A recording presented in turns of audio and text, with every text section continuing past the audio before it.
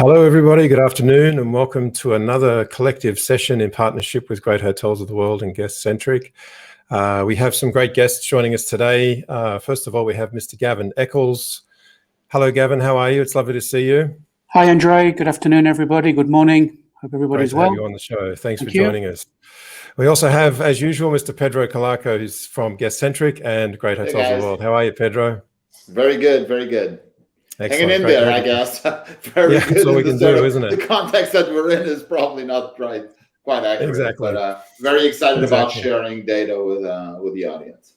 Brilliant. Thank you. Thank you, Pedro. So, Gavin, just a quick intro. You are a management consultant and you're also a professor of aviation at Lusofono University in Portugal, correct? Exactly. Yes. Excellent. So we're here to talk about, obviously, the Hotelier Pulse report and the data from last month. And we're going to try and link that back to the aviation industry and how the two are related to each other. So, Pedro, in terms of your report, how have you found the findings from last month compared to previous months? Are things dramatically changing? Is there a major shift, or are things pretty much as you would have expected and pretty consistent? So unfortunately, they're as we expected, i.e. the sentiment has degraded quite significantly in January. As we were expecting, the big spike in reservations that typically happens in January. So actually, there's the bottom of reservations is at the end of December, and the top of reservations is the beginning of January, and that obviously has not happened. And actually, we've seen a degradation actually at the pace of reservations. So we are deep in the third wave, second lockdown, a much more permanent lockdown than the original one, and that's driving some short-term thinking, I think, from hoteliers and really some pessimism. I think there's some good news that we can share, obviously, in terms of the plans that the UK is putting up, that Germany is also now starting to talk about getting out of the lockdown and how to get out of the lockdown. But overall, the hoteliers are pretty pessimistic. Yeah. Also, just one other comment for everybody in the audience, for the hoteliers especially. We do encourage you to share feedback in terms from the latest Hotelier Pulse survey that we've shared, and the link will be in the chat window. Leia will share that in the chat window with you all, and you'll also then receive the 12th edition for next month. So please also for next month, feel free to contribute to that survey, because as always, the more data that we get, then the more rich these reports can be and the more feedback that we can then give back to everybody as well. Absolutely. Okay, so with all of that said, I'd like to start off perhaps with the first question for Gavin.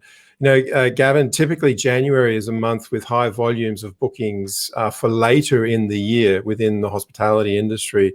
Yet booked nights in January 2021 have just been 21% of bookings over the same period from last year, from 2020. So in your opinion, how has the current uncertainty around air travel played a role in this, do you feel? Well, of course, it's our industry's running parallel with the hotel industry. We're suffering miserably. I'll show you a couple of things, if you don't mind, Andre. I think it's an interesting way just to highlight what's happening now, particularly February and March, and what impact that might have. If we look at, let me bring up a little heat map that helps to show where are we at the moment in February. So if we look back, hopefully you can see this. If you look back, February, for most of us who are not in the Chinese market, we were still traveling. And so if we compare the airline industry now with February of 2020, as you can see, the green, there are two that are not red. One is Yemen, which obviously has a no-fly embargo, so you would not expect any change because you're not allowed in or out of the country. But then obviously with China was deep in what they thought was their lockdown back in February of 20. And so obviously they're a little bit of a bellwether that 1 year on, they're booming. And of course, in the last week, there has been some less travel during their holiday season, but it was still a significant amount of business. So what this is showing, it's mirroring what you're saying with the hotels. we don't have the capacity in the market because the markets are not open. So where you might have some little pockets of travel, it's mainly India, and it's mainly the United States, and it's mainly Russia. Why those three? Because of domestic markets. If we look a little bit ahead, whilst I have, and it comes exactly what Pedro's report would be showing on hotel bookings, this is a snapshot of if we go back to the start of the year, what airlines were putting in place between now and the end of what we call our winter season, so through to the end of March. If you look back, we had about 80 million seats potentially planned by March 21, back in January. If we mirror that each week, what you're seeing here with the yellow lines is what airlines are reacting to as the demand is not coming into the market. They're cutting their capacity. So on the 15th of February, we had around 20 million less seats in the system than we would have had back in January. So each week at the moment, we're taking more and more seats out because the demand is not coming through whilst borders are closed. I say, unless you're flying US, China, or Russia, it's impossible for airlines to be building up their capacity. So just to highlight that, yes, we're in a first half of a real concern. Throwing that to the next half of this year, so from, let's say, June onwards, and particularly we'll come on to what the UK announced 2 days ago, there is talk that we could, by the end of 2021, have around 50% of the capacity back of 2019, or we could only have 13%. Why do we have this variance? We just don't know what might now happen. Will borders reopen? How will vaccine rollouts continue? And how do we put confidence back in for people to travel? Before I hand back to both of you, we don't have a problem with the supply. Airlines are ready. Planes are there. Where we have at the moment is a problem with the demand. So what was highlighted by Pedro is, yes, hotels are mirroring airlines. Nobody's making this leap of faith at the moment to start booking because they don't know what might be available. But come summer, we hope that the airlines will put the systems, the flights will come back into the system, and maybe we can start thinking again about travel. Okay, great. Pedro, in terms of the data that you have with this slide here, is this something that you could actually also add comment to based on Gavin's feedback? Yeah, no doubt. I mean, I think there's. I'll show this slide, and I'll show another slide that shows international versus domestic travel expectations from hoteliers. But really, what we saw was obviously a very quick shutdown or a very quick shutdown early in April, where over 90% of all hotels were closed out. Right then, we had sort of a relatively rapid easing in terms of from July through October. Less and less hotels were shut down. More and more hotels were open, obviously with major restrictions, but more and more hotels were open. And now in the second wave, the second lockdown, what we're seeing is obviously more hotels going into shutdown. And really, from the feedback that we have from our customers, is that they're all in sort of a wait and see attitude, just like Gavin was saying, right? I think the other interesting data point that sort of maps to what Gavin is saying is this, right?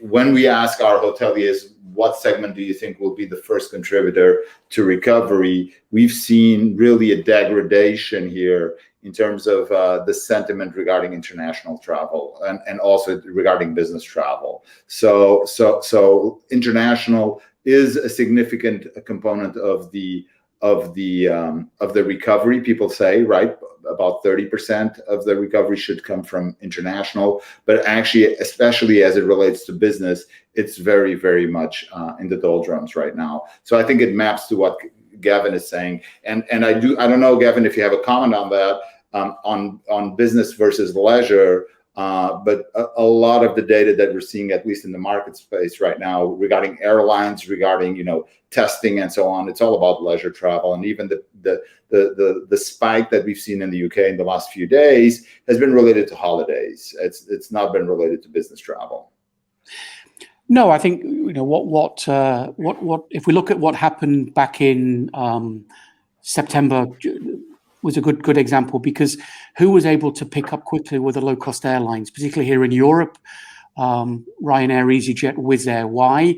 Because they were working point-to-point models. So if I know I'm flying London, Lisbon, London, Faro, if my planes are ready, the demand is there. If the UK is open, if the Portugal market is open, we can go in backwards and forwards.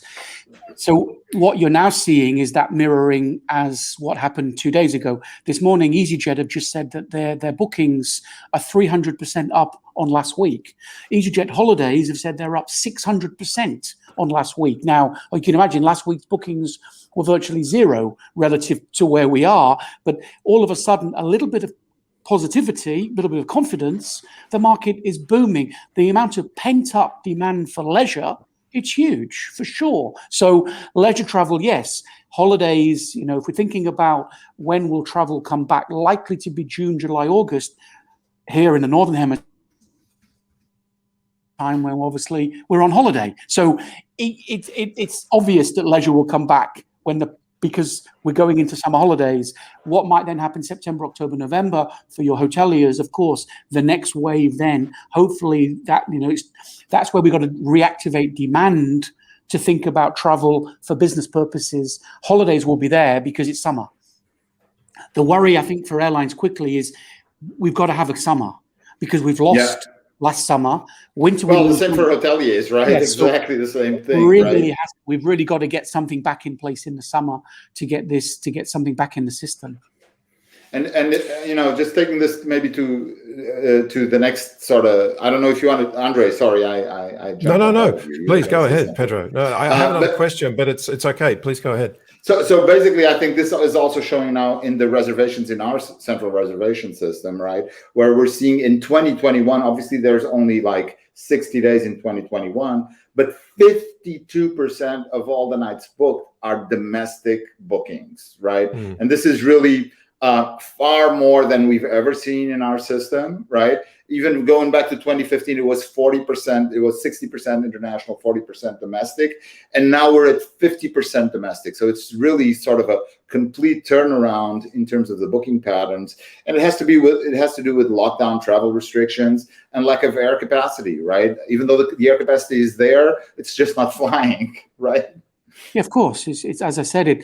If you look at what happened during this last 6 months, where a lot of airlines have restructured, what we've lost is what we call the large wide body aircraft. So the A380 and the A340-600. So the old aircraft are going out. So when you look now at the big airlines, the Americans, Uniteds, the Lufthansa, the BAs of the world, how much of their fleet they've actually lost relative to the total fleet that we had in 2019, it's around 10%. The question is that what you then got to think about is where that's lost, what will it be replaced by? Theoretically, more fuel-efficient aircraft with less seats. So the whole project of aviation is changing. Less is more. So the big planes are going out. Planes will be smaller but can fly longer. So that then has an effect that the supply can come back. As we said, it's getting the supply back into the system as quick as the demand is asking. Because what we've seen in this year of challenge is that we have tried and airlines have put capacity in, but the load factor was a disaster, meaning that people were not traveling. So airlines were flying planes with 20-30% of the seats occupied. Generally, we have about 85% load factor. The year end of 2020 was about 60%. So we lost 25 percentage points in load factor. So even then when we were flying, there wasn't that many people demanding to travel. So, it's kind of the airline, we lost about 29% of capacity in the whole year, but we lost 60% of passengers. So you can see, it's a lot more challenging for airlines than it has been for hotels, because hotels can close, airlines can't close. So airlines have been trying to fly, but haven't been able to get passengers because borders haven't been open. And that's one of the biggest worries for us is, when we talk about cash burn, and this is a buzzword in aviation, cash burn, I've still got to pay the owner of the aircraft. Most airlines are not owned by the airline. Some hoteliers would argue they still have to pay owners for the hotels too. Okay, so the lesser model in your industry is the same as mine. Yeah. Just on that though, Gavin, how soon can hotels expect air travel to return to pre-COVID levels, in your opinion, based on everything that we just discussed there? Do you mind? Let me then bring up. I have another slide that I'll use. I mean, I'm. This is probably the one that's most being used. It's an IATA's prediction. So if we look at the top blue line, RPKs are what we call revenue passenger kilometers. It's our technical term in aviation. It means how many passengers flew and how much money were we making. Theoretically, we were running at about 5% growth year on year. So the top blue line was predicting that we would continue to grow each year between now 2019 and 2024. Obviously, what you can see here is this dramatic fall in 2020. And now, where are we going? V curves, U curves, Nike swoosh curves, everything that IATA has been saying. We're at this kind of period now where most people are saying 2024 will be back to the same level as 2019. But if you think about it, that's not growing. So when we go back to 2019, that's not accounting for the last 4 years, or the next 4 years, we'll have zero growth. So we're going back to a new forecast, which is a 2019 forecast, hopefully by the next 3 years. So thinking of trying to get 50% back this part, and then the next 50% between 22, 23 is kind of what people are starting to look at. But again, it's this range of uncertainty. But it feels, there's a little bit of optimism by what was being said by the UK, that if it's right that by the middle of June, things can go back to normal, why can't we get this back quicker? That should be the reality. It's how do we get business back working? So hopefully this kind of gives you 2024 is the kind of holy grail, but I think we could be before that. Yeah, I think consumer confidence has an enormous amount to do with that, as well as the vaccinations. Okay, there's a question here from Huaho, and he's asking, Gavin, how many airline companies do you think will survive this now almost a year without flights, and how will that affect the prices? Well, it's a kind of two schools of thought here. I mean, airlines didn't go bankrupt in 2020. Why? Because of bailouts. And most of the owners of aircraft, the lessors as we call them in our industry, everything was renegotiated. So we ended up with a period of everybody's got through 2020. And now the joke is, if you thought 2020 was bad, wait for 2021. This could be the year of major mergers, acquisitions, etc.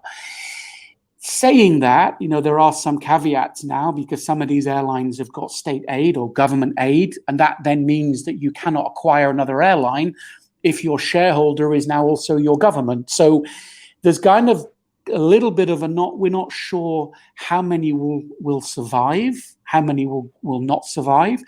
The question is what models will be important, and that's why I highlighted before, the low-cost model versus the legacy model, which can be quicker in getting back and helping to restore that confidence that people can travel. So I think it's kind of wait and see. There are some airlines that are slightly vulnerable, and there, if you look at the share prices at the moment, who's winning, or where the markets are saying it's the low costs. So if you think of in Europe, share prices of Ryanair, Wizz Air are booming.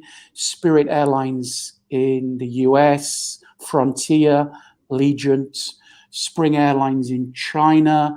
These are the airlines that people are backing, and it's the airlines like British Airways, Air France, KLM that are suffering because their model is the world needs to be open for the connecting system, whereas the low-cost model, as long as two countries are open, they can travel. Yeah. It's funny. I was watching an interview with the CEO from Qantas just the other day, and he was saying that even despite the current situation, of course, international travel for them has been impacted severely, but their domestic routes, they've still been actually hitting 60% of their usual routes on domestic travel in Australia. Obviously, the virus there has been reduced. It hasn't been as perhaps bad as others because of the severe lockdowns that they incurred. But when they were open, they actually did all right, and plus the competition went into bankruptcy, but they had a positive outlook in terms of their domestic market for sure. But he also said that the international market, he wouldn't expect that to bounce back until at least 23, 24 from terms of pre-COVID. I don't know. I think it's how, as you say, how we can get the demand. That there's a lot of operational differences in the next. The airlines were ready. There's some very interesting changes of hardware. So I mentioned before, the bigger airline, the bigger manufacturing aircraft are going out. We're getting replaced with great work on the A350. The A350 can go up to 17 hours, very fuel efficient. And one of the real game-changing strategies of aviation is this, what we call single-aisle long-haul aircraft. So the A321 long range and ultra long range, and now the Boeing MAX 10, which is now will start flying. This is an aircraft that can go 7 to 13 hours, and it can open city pairs that you would do with 160 seats. So for instance, I could do here in Portugal, I could do New York Faro's in the Algarve. I wouldn't fly that with an A330 because it would have 300 seats. There's too much demand. But I can do it with a 160-seat aircraft, which is going to be 30% fuel efficient than an A330. So this is game-changing. So from a destination and a hotel's point of view, some of the changes in our hardware are actually very opportunistic. We don't need A380s. Obviously, Emirates is the number one airline that has that project, and even they're talking about starting to replace their A380s with A350s and 777s because we don't want huge amounts of seats. So Gavin, if I may ask, because obviously for hotels, I think the most important thing, there's, I guess, two big segments, right? There's city center hotels and there's resorts, right? And obviously city centers are suffering a lot more because typically it's a lot more international travelers that come to city centers, and resorts are doing did reasonably okay last summer. But if you're discussing now that actually most routes are going to move point to point, does that mean now that secondary cities can look at a better recovery than they would have in the normal airline hub system? Or do you think that has any impact on the hotel industry? I think there are two different questions in that one statement, Pedro. If you look at where we've seen some real success stories, and I use, United States is, whilst they've been traveling, some of the what's been difficult at the moment is New York, Los Angeles. What's boomed is I think Palm Springs is the fastest growing airport in the world, and Jackson Hole. No, I wouldn't. Okay. I have no idea where Jackson Hole is, but Jackson Hole is a ski resort. No, exactly. But it's not for skiing, but the basis of people want to go to nature. People don't want to be in cities. But saying that, if then what the UK is putting out, that come the end of June we can go back to concerts, we can do everything. Why would you not want to go back to cities? I think there was a buzz to go to the country when cities were closed, and we had all of this concept about social distancing. Are we saying that when everybody's vaccinated, we're not going to go back to cities? We don't want to go and talk to people. We don't want to go and hug people. We only want to go to Jackson Hole and Palm Springs. We don't want to go anymore to LA. I don't know, because I think it was a situation that airlines were opportunistic. I'm not going to fly to LA if there's no traffic, but Jackson Hole, Palm Springs was booming. So the amount of traffic that was being rerouted was quite significant. I can't see that coming. Once we've gone through this pandemic, are we not hoping to go back to a little bit more that we were doing? So that's part of that. The second part of the question is about where will airlines end up? Yes, there has been a vision about flying longer.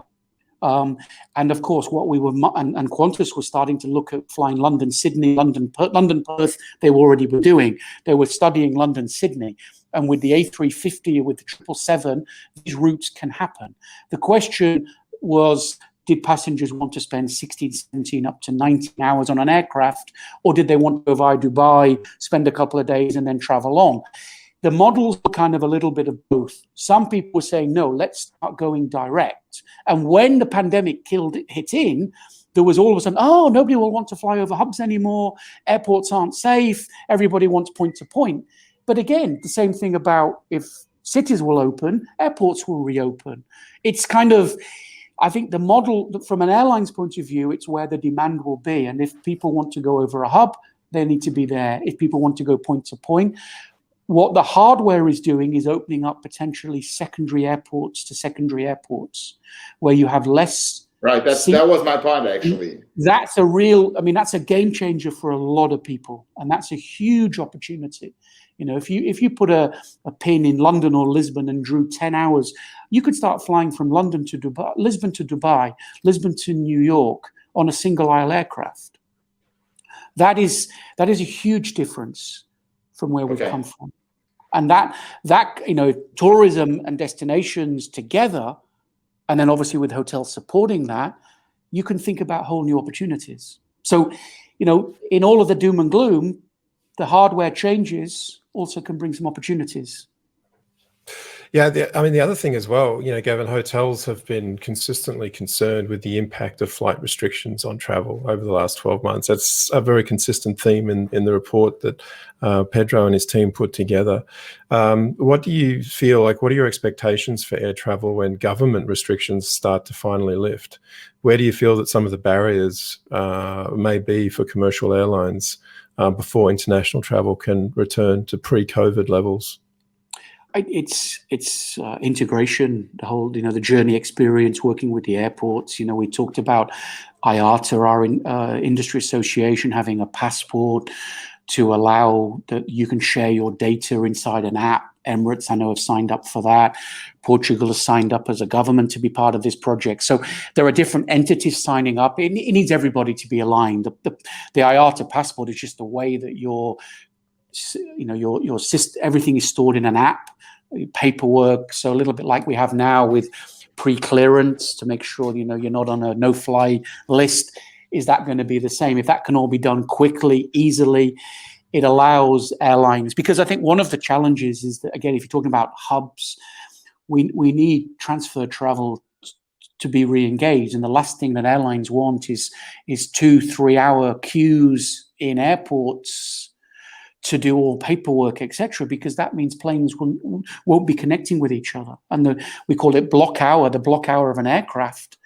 So it can only be flying so many hours. If you start delaying flights because of situations and procedures, the model of aviation will be challenged. So it needs integration between the different stakeholders, associations, institutions, and align that together. And as long as the demand can be back, as I've said, the supply hasn't really changed. It's actually adapting the supply to new realities. Yeah.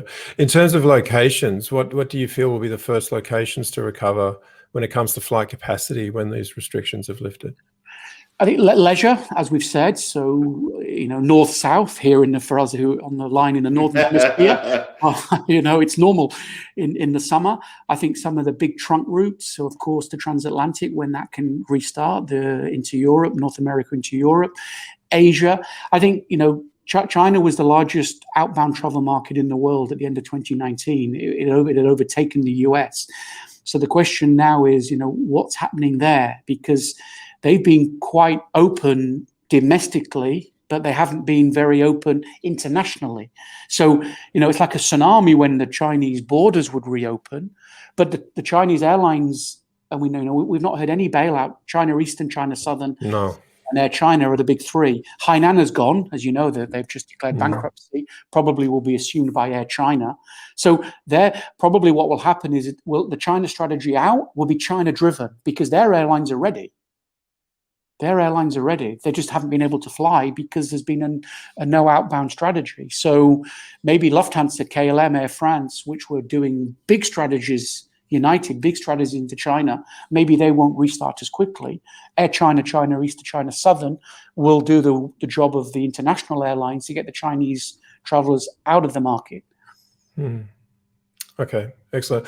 I guess then the other thing is, how will airlines respond to the spike in demand when the restrictions are lifted? Because clearly that's, they're going to have to bring all of these things. I mean, yeah. And maybe let me just interject, Gavin, because we do see the patterns of pent-up demand in the system, right? So when there's good news, we see more reservations. When there's bad news, we see less reservations, right? And it's clearly people are following this stuff and they're just itching, as you were saying. It's the north-south, vacation holiday thing, and so what's going to happen there? I think it's an excellent question, Andre.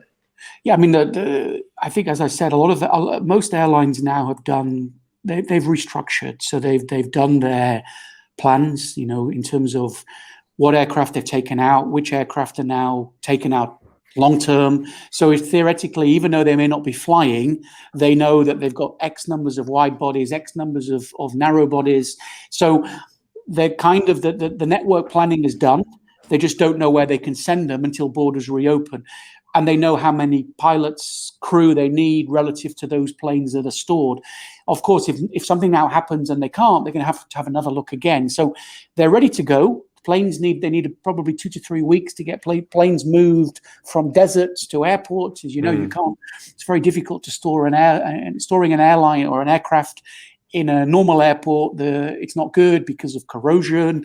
That's why you put a lot of them in the deserts, because you need dry, otherwise the wings will have corrosion. And there's a lot of things that, they're very technical. They may look steel, but there's a lot of technical instruments inside that need to be stored well. So it's getting them things back up, and I think it's, as you say, they're there. If the demand is there, the planes will come back. What will be interesting is that maybe in the past, airlines was, you were working. What are we now? We're February 21. You're studying now summer 22. We're sitting here in February now. The IATA summer season starts at the end of March. Most airlines haven't got that summer schedule planned. So we're talking about we've not even planned summer 21, and it's 2 months away. We should be planning summer 22. So the whole model of how airlines work and the way they have to post into the airport slots, there's going to be a huge change between airlines and airports. Flexibility. I can't fly to London. I can fly to Paris. That's got to be the way so flexibility for the airline is going to be crucial, because they don't want planes sitting on the ground if they can try and put them. So planning is going to be, we were a very traditional industry. We planned 1 year ahead. I think the industry works in art. With tour operators, they were even more, because they had to print brochures. They were like 15 months in advance. And certainly we see, actually, it's a good point you have there. I wanted to make actually another point, which is, okay, so, and while all this is going on, our hoteliers are telling us that they expect people to sort of dream more, because rich media, we ask a question every time, which is, what are your marketing priorities, right? And the hotel website has been consistently ranked #1 as their priority for the next 12 months. But what we've seen over the last few months is that actually rich media has come up. And I'm not sure, this is my interpretation. Obviously, we don't have the raw data to say this, but I do think that people want to show videos of their hotels and of their destinations. It's going back to Gavin's point of people want to go back to cities, and they want to go back to nice restaurants and talk to people and meet other cultures. So I do think that this is sort of an interesting nugget of information from the report, but I do think that there's something here. The other point that I wanted to make, let me just go up here a little bit, While you're doing that, Pedro, let me just quickly make a reminder for everybody to please ask questions in the comments section as we're going, and we'll put them to Gavin and Pedro as well. So please don't be shy, folks. Make sure you get your questions in. Sorry, Pedro. And just going back to this point, I think there's a little bit of a touch point with airlines also, right? That, when we ask our hoteliers, what's important and what's not important for the next 12 months, obviously the direct channel is very important. That's a trend that's been in airlines forever, right? And then staycations, which is sort of interesting, because that's, again, trying to capitalize on the local market maybe not so much in airlines, but certainly contactless technology, right? And I do think that the experience that we have with airlines nowadays, that basically we don't touch anybody, we don't talk to anybody, and we just go to the gate. I do believe that what Gavin is saying in terms of the airport experience being safe, a lot of hotels are also thinking about that, and how can I make that, safer? I'm not sure about sustainable tourism and airlines. I think that's a big issue. I don't know if you have a comment on that, Gavin. What about the whole flight shaming and everything that was going on pre-COVID? Do you think that's going to come back with a vengeance, or it's actually going to be toned down? What do you think? It was a worry from an airline's point of view, because it had become very topical, particularly Scandinavia. There was, a lot of carbon taxes being aligned.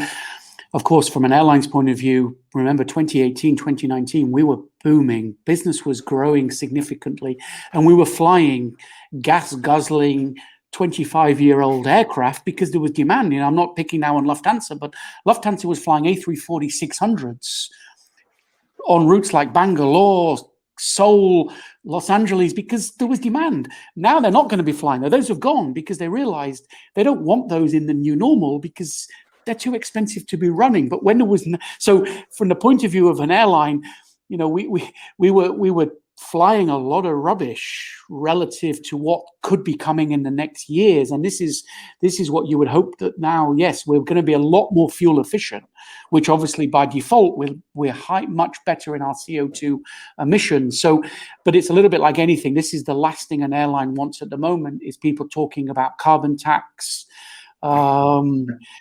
because it's the last thing that, the cash burn is so bad at the moment that, more taxes is just going to cripple an industry that is not well. It's not well, Yeah. We know that.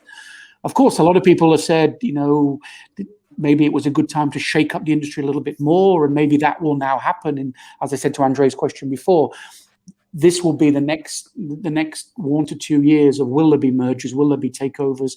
Will there be more consolidation? I think there will be. It's normal. From the basis that yes, there had been too much capacity for sure. If you look at the North American market, there are just too many seats, and what then happens is that we are fighting on fares, fighting on reducing our yield and losing money, and hoping that we made money at the front of the aircraft and lost money in the economy seats to basically run the flights. If the business class isn't coming back, we'll have a lot of challenges in terms of the transatlantic market for sure. Okay, great. Let's get on to a question from a viewer. Jerome has asked, Tourism Economics recently published an article showing that in China and Europe, 70% of the population will be vaccinated only by 2024 and 25 at the current rate. Ooh, that does not sound good.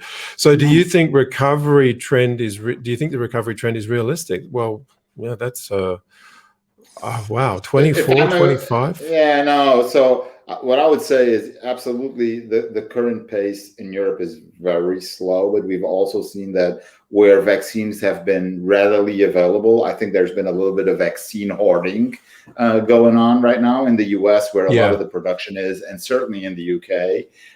And therefore, in the countries that have had, massive access to vaccines, we've seen great pace of vaccination. So I do believe that as production improves and also distribution improves, that we're going to see speeding up. Certainly in Europe, we don't track the Chinese market, so I don't have any data on that. But I would expect that during 2021, we'll get to some very significant vaccination milestones all across the EU. That's my expectation. Yeah, I would expect that as well. I think obviously it's been slow. I mean, I know in Germany it's been slow. People here are complaining about that. But I think within the next 6 to 8 months that it will start to have a much more, it'll be a more oiled machine in that sense. They'll absolutely. have a lot more processes clarified. Okay, great. Another question is from Rita. Gavin, do you expect any consolidation in the LCC areas? And how do you explain that there is really no global carrier equivalent to Airbnb or Priceline or other large OTAs? It's an interesting question. On the second part, it's the challenge of bilaterals between governments, 51-49% ownership problems. So it's nearly impossible for a global airline to be created because of where would it be listed.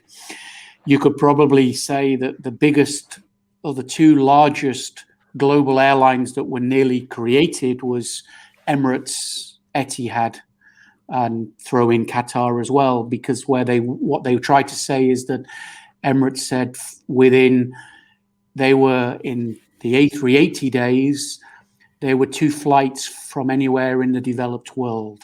So Dubai connected New Zealand, Auckland to Seattle, from New York to Buenos Aires, over the middle. So Emirates probably had become the global airline on the basis that Dubai was the center of the world. And with an A380 going 14, 15 hours each way, you could connect, as they said, 2 points of the world. So I think the 49-51 is going to be the challenge, because in that way, and obviously what we've done to get around that is basically create alliances. So Star Alliance, which is mainly United and Lufthansa agreements, the situation of One World, which is the BA American Airlines relationship, and then obviously the Sky Team, which is Air France, KLM, and Delta. So that's how airlines have tried to get around the governance rules, by merging through alliances rather than through shares.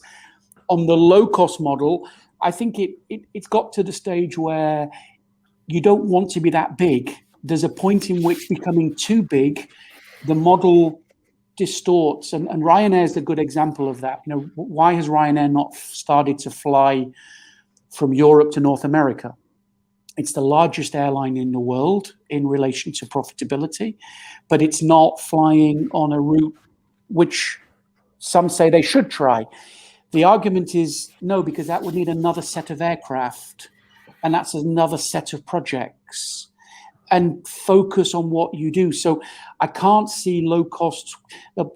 If you get too big, you end up then that you don't have the economies.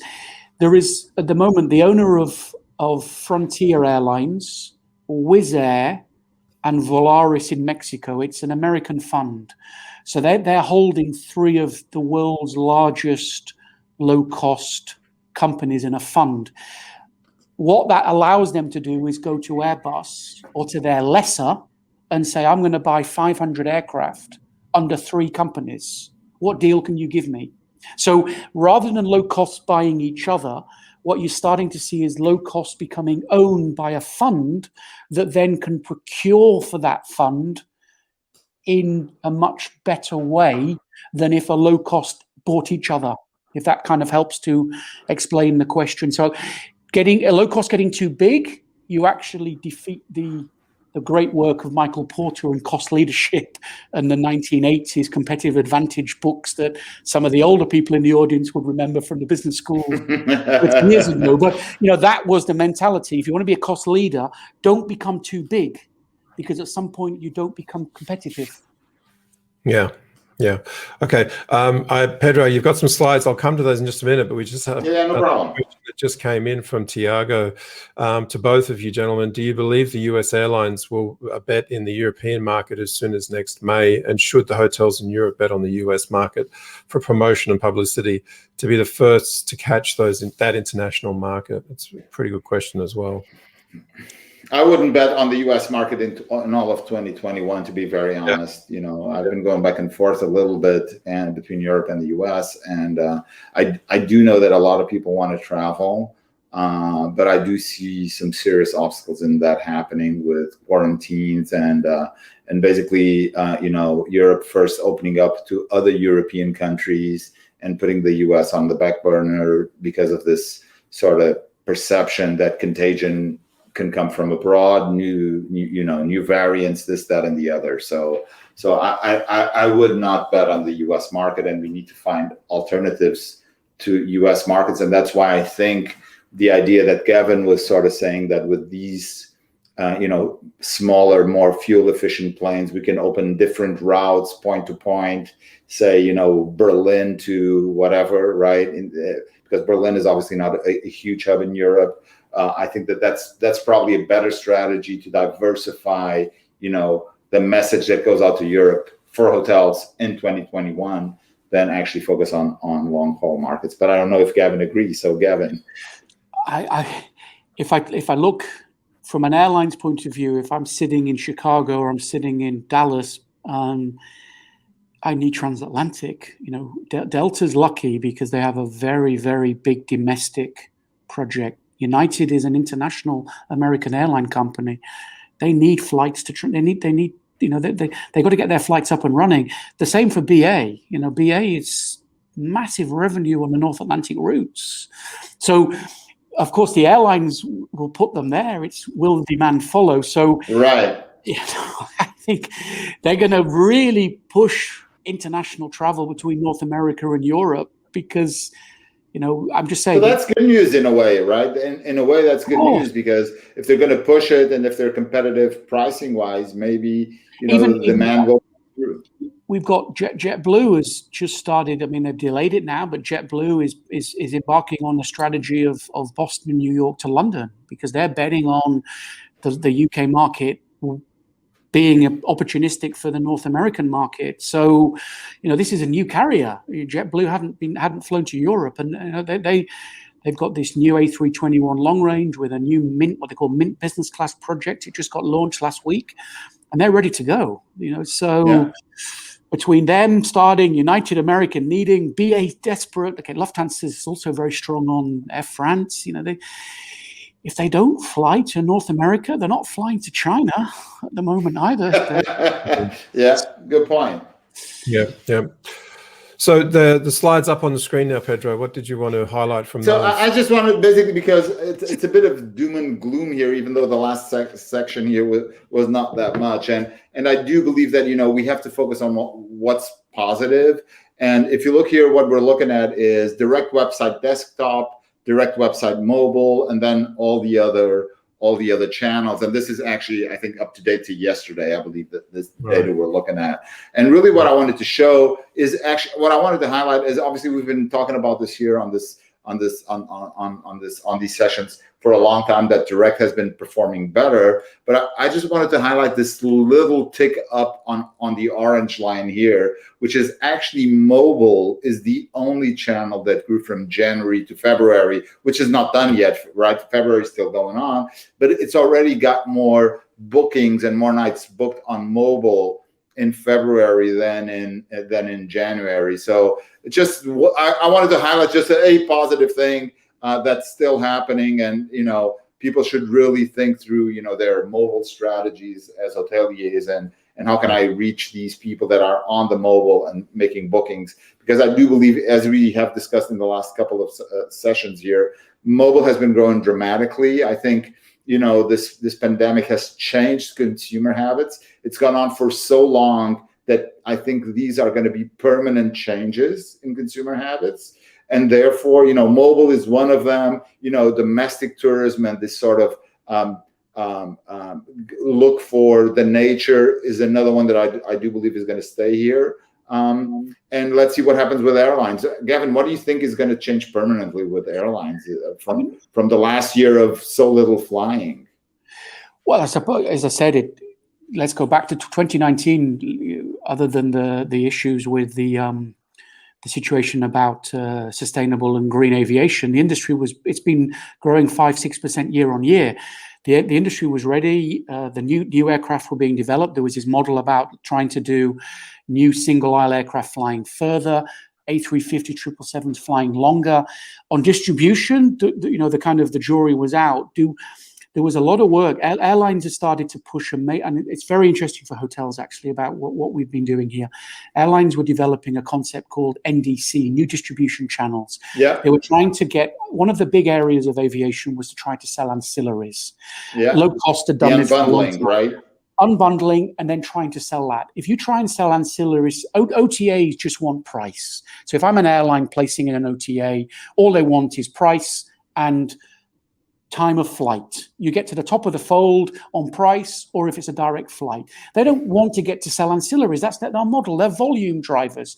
But of an airline, why they developed NDC was to try to open up the internal back office platform of an airline into a travel agency and basically give a travel agent the equivalent as if the customer, because when you're a customer booking on a website, you can get into the ancillaries. The airlines are selling you the ancillaries at the touch point, but on the GDS platform, ancillaries were not being sold. On OTA platforms, ancillaries were too complicated for these internet systems. So the NDC situation was to get the airlines basically an intranet site between the airline and the travel agent. So when the customer comes into a travel agent, basically that travel agent, as if they're a Lufthansa sales force, and really pushing that. And that could be a huge opportunity for the hotel sector, how to try to really push ancillaries. And how do you get people buying ancillaries? Through online and offline. And great. Actually, it's interesting you mentioned that, because one of the trends we've seen, certainly in the last 3 months, I guess since November, is this push to vouchers, right, and gift vouchers, because obviously the industry is suffering and cash flow is king. And I do believe that, travel vouchers, gift vouchers, all that stuff that typically hotels would not get into selling direct. And even airlines, I don't see any airlines doing gift vouchers, but I do believe that there's going to be a trend of this sort of prepay and get some benefit when you spend it later on, because the cash needs to flow for these businesses to stay in some reasonable shape. And we work with a certain amount of customers, and one of them, which has a group of 65 hotels, said that they sold hundreds of thousands of euros in vouchers in January, with a logic of promote your local businesses, contribute to your local economy. So I'm not sure if that's something that we're going to see stay on a permanent basis, but certainly it's something that we can do in the short term to try and stimulate some demand, even though it's only going to happen in the future, right? The travel. Okay, another quick question from Diego in relation to actual aircraft. What do you think of Boeing using the 737 MAX in Europe? Have you got any concerns about that? I think people say it should be the safest airplane in the world by now. Yeah, makes sense. But you have concerns. Clearly, at least your body language is telling us that. No. I'm not an aviation safety expert. I would fly it. So, and I used to fly once or twice a week. So I would get on it. Okay, brilliant. I don't see any issues with it. We are coming close to the end of time, but I do have one other question I'd like to put to you, Gavin, that I know from a hotel perspective, it's been a challenge, especially here in Europe. And I know it's the same with airlines. Typically, obviously, for many airlines, survival through the crisis with low cash flow has been very, very difficult, as it has been for hotels. Some governments have provided aid, like guaranteed loans, paid wages, capital injection, airline subsidies, and even tax relief. And that has also been the case for hoteliers, for some hotel groups and hoteliers. Some German hoteliers may totally disagree with me, and I think they would be fair in doing so. Of these, though, however, which approach specifically for airlines do you feel has worked best? And what's had the greatest value? And where do you think, where is the learnings from that? So if we were to have another crisis, from what we've just gone through, what learnings could we learn about the, I guess you could say, bailout programs? I think that, if we look at what one airline, and I'm not pushing this airline because I'm a shareholder, Ryanair was one of the only airlines that didn't ask for a bailout. Why? Because Ryanair owned its aircraft. So its cash burn was significantly lower because it could park its aircraft and not have to renegotiate with its owner. Those airlines, the other end of the spectrum, that were heavily growing during the last 5 years, aviation leasing had become very trendy. Dublin and Singapore had become global aviation hubs. Most of the major banks were involved in aviation leasing. The Bank of China is one of the biggest owners of aviation. We've now learned that because of all the problems with Norwegian, and who was actually the owner of their aircraft was through the Bank of China. So what that then says is that maybe airlines were growing so quickly because there'd been a new market. In the olden days, airlines bought aircraft directly from the manufacturer. What you've now created is a middleman. You've got the manufacturer sells to the lessor, the leasing organization, the bank, and they negotiate with the airlines. That's given airlines ability just to keep growing. Let's get more and more aircraft into the system. Or what you can call really, we're like a virtual airline. I don't really own the assets. I've got a website and I've got cabin crew and pilots. It sounds very similar to the management model. And so maybe what we've done, we've inherited a monster, which is we were growing so fast, and whilst it was working, everybody was happy. The lessor was happy, the manufacturers are happy, the airlines. The airline stocks haven't been great for the last few years. We know that because there's been a lot of discounting to fill seats. Airlines are up and down. It's a cyclical industry, but what reality says is that we grew quickly. So from the point of view of what airlines have had to do is request support from governments to basically help pay to keep them alive, because that so many of that money was needed. It just shows that when an airline doesn't fly, it really is not. The models were not right. We have too much of our costs associated with assets, and with those assets are not being utilized. That then says the reality in the future is that you don't even own aircraft. There was in Canada, there's some discussions about creating a virtual airline. Basically, you have a website, and then I lease aircraft when I need them. So you don't know if 1 week it's going to be this aircraft or 1 week it will be another aircraft. The crew will change. There's plenty of third-party airline companies out there, and I don't have to worry about their costs. So I sell tickets. If I sell enough tickets, I can fly. Right. Interesting. So I don't know where that comes back to your question. Your question is about what can we learn? Maybe we just grew too quickly with very expensive hardware. And the same in hotels, by the way, right? Where people were leveraging revenues to get bank loans, to get another hotel and so on. So I think the parallelism is absolutely there, right? There was just euphoria in the market. We knew that there would be a correction. We just didn't expect it to be this violent, right? Yeah, I mean, let me just, three of us are probably not dissimilar age, but we all remember 2020, and we remember 2001. Everybody talks about September the 11th and the impact on aviation. Yeah, sure. We lost in the year 2021. The industry went down 3% in RPKs, revenue per kilometers, 3%.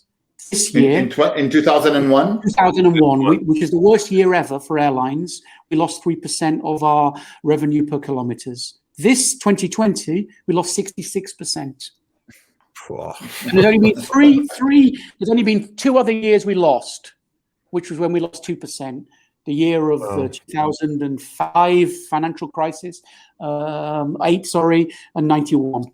So we've lost in 3 years, and then we lost in 2020, 66%. The other times we'd only lost 2 or 3% on our RPKs, meaning that we weren't growing our industry. Yeah. Well, on that positive note, Gavin. Just put it in perspective, why we needed bailouts. Yeah. The only way is up, right? As they That's say. right. And I do want to, just to end on a positive note, right? I wanted to highlight that Gavin said airlines are ready, the capacity is there, the staff is there. If the demand is there, they will fly. And I think that's a great takeaway, even though, it's a bit doom and gloom, but to know that there's pent-up capacity, that's great, because if there's pent-up demand, then we can recover a little bit faster than those. As much as they can, as quickly. If you read a book, the guy that turned around Continental is called Gordon Bethune, the US, before it was bought by United. He wrote a book where he said one of the famous quotes was, "Airlines don't have reverse. We can only go one way." That's right. Why airlines have to be pushed. We don't have reverse gears. We don't go backwards. Excellent. Excellent. Thank you, Gavin. Thank Pedro, you. thank you. I'd like to know. We'll be back. you all very much. We greatly appreciate it. And until next time, Yeah, stay safe. Thank you. Bye-bye. Bye. Bye-bye.